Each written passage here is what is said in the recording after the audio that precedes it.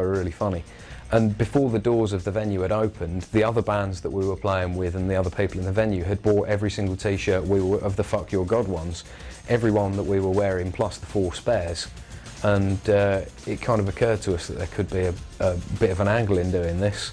So next gig we got some more printed up, and you know, we got I think 30 or 40 printed up for the next gig, and they all sold before we went on stage. I think it was a gig in Liverpool. And we were well received in Liverpool, we had friends there, but we weren't an established band by any means, and there was people who'd never heard us before, possibly never heard of us or anything, buying these t-shirts purely because the slogan was so offensive on the back.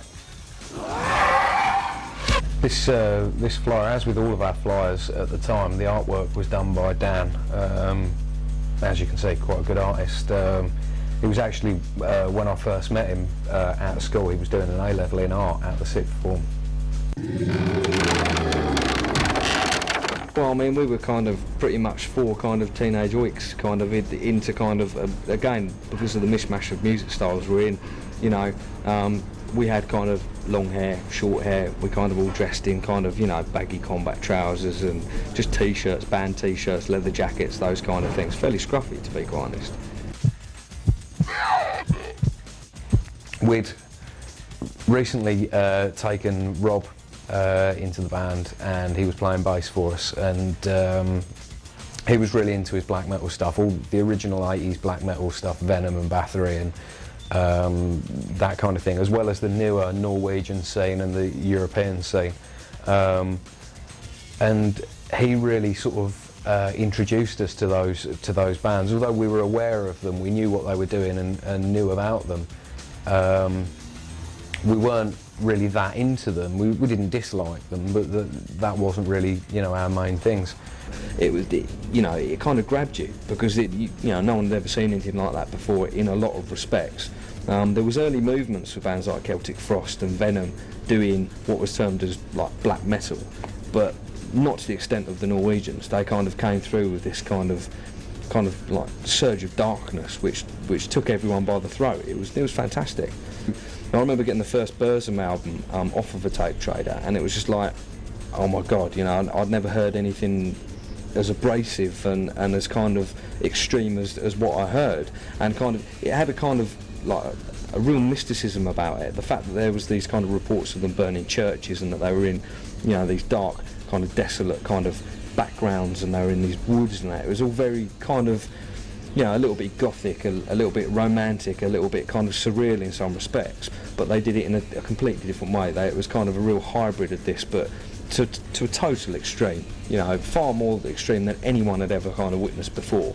You know, talkings of them, you know, stabbing each other and kind of burning churches down and committing arson, and, you know, all these kind of things were, you know, to 5 blokes that were, you know, hadn't left school that long from kind of East Anglia. It was a bit like, bloody hell, you know, look what these bands are doing. This, we want a piece of this. We want to be doing the same, because relatively speaking, compared to our lives at the time, it was very exciting. You know, going down the kind of the off licence on the Hadley High Street and having a few ciders is just a little bit dull compared to burning churches down and singing about all this kind of stuff. So it had a certain appeal to it, for definite. A legacy of witch hunts, torture and trials in the young band's birthplace was bound to resonate. And then there were the books and the movies. We live in the heart of the English countryside. It's pretty remote, but that's where we like it. It's about 2.5 hours drive from London. A small village called Hadley. 15th century village, mostly, isn't it? Yeah. Real old stuff. Just how you imagine picturesque England to be. Yeah. The area where we're from is known as a witch county, so it kind of thrives on superstition, and I guess that's been a big influence on our lives.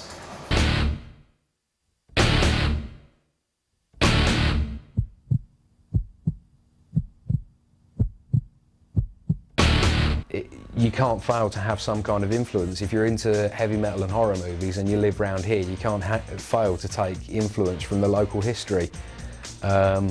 and there's a lot of it. And you know, Borley Rectory is 10 minutes from where I live. There's various people's houses that I know that are on unconsecrated ground, and they sometimes come down after Halloween, for instance, or various other religious festivals, and they'll find the remains of animals in their gardens. And you know, these things do go on. I mean, even to this day, there's satanic, if you like, black magic maybe, cults of people that are into obscure religion. Very influenced by 19th century authors, dark abstract films, vampirism, genuine Western Satanism. French cinema, erotic literature, Erotic literature, yeah. horror films. We do like, especially of the classic Hammer era. We're all, you know, very into Hammer. I used to love Hammer more than fucking I do. I like it, so. But they know all the bloody stats out of the Hammer film. And Christopher Lee, Peter Cushing, great influences on this band for sure. The theatrical aspects. Yeah, first contact with vampirism in films for us, because it was an English film company making all these amazing horrors. That's like true gothic horror style. They look a bit raw because they're made on really low budgets, but that's where we try to portray a lot of the artwork has been. Feel.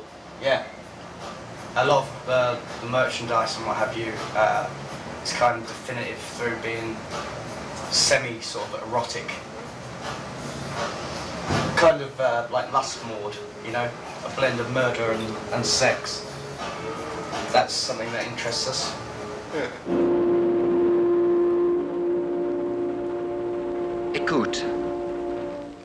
Écoute-moi. Écoute-moi et obéis. Ce soir, dans une attitude de soumission, c'est moi qu'ils viendront voir d'abord. Je leur parlerai de vous et de votre passé. Je leur dirai ce qu'ils peuvent savoir sur les 4 sœurs vampires. Je vais leur conter la légende.